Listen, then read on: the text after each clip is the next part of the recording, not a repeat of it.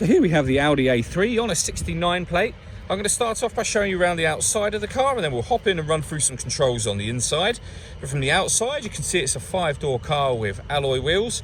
Can we start off inside the boot and then work our way around the rest of the car from there? So as we approach the boot, you can see we have reversing sensors, plenty of boot space as well, along with that 60/40 split folding rear seat. And then this tray section can lift up to give you even more space underneath.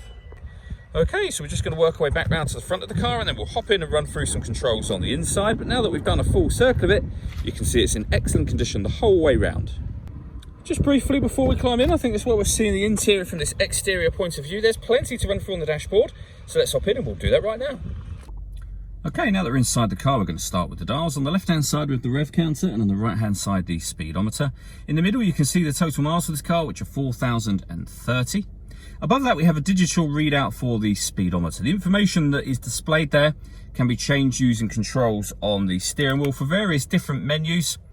You can see we have available to us there. And to go through those menus, you use these buttons over here.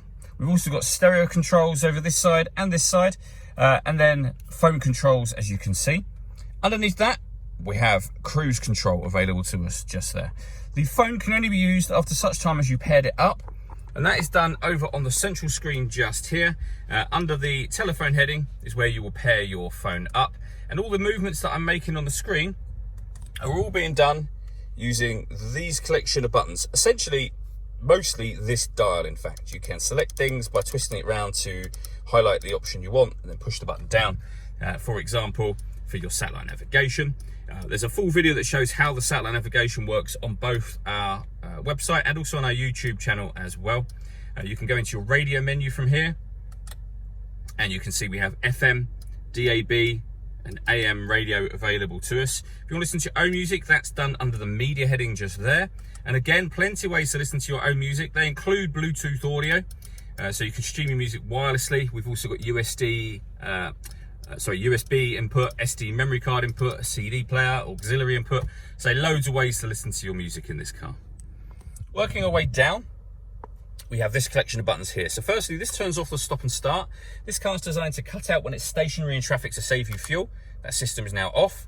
We can turn off the parking sensors, the hazard warning lights, the traction control.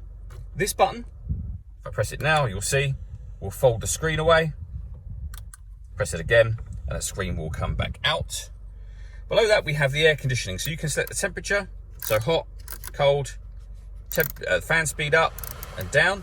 Air conditioning is on when this light shows, so off, back on again, and then you can select the direction of the air over here. We have a rear heated screen. This button will recirculate the air that's in the car. That's a great way of heating it up or cooling it down quickly depending on the temperature you set on this dial. And we have a 12-volt charging socket underneath that. We then have a 6-speed manual gearbox, the main volume for the stereo, the buttons I was going through just a moment ago, and then lastly, an electronic handbrake with auto hold function. All that leaves me to say is thank you for taking the time to watch this video. If you'd like to come and see the car in person and have a test drive, please feel free to call any of our MJA sites. We'd love to hear from you soon.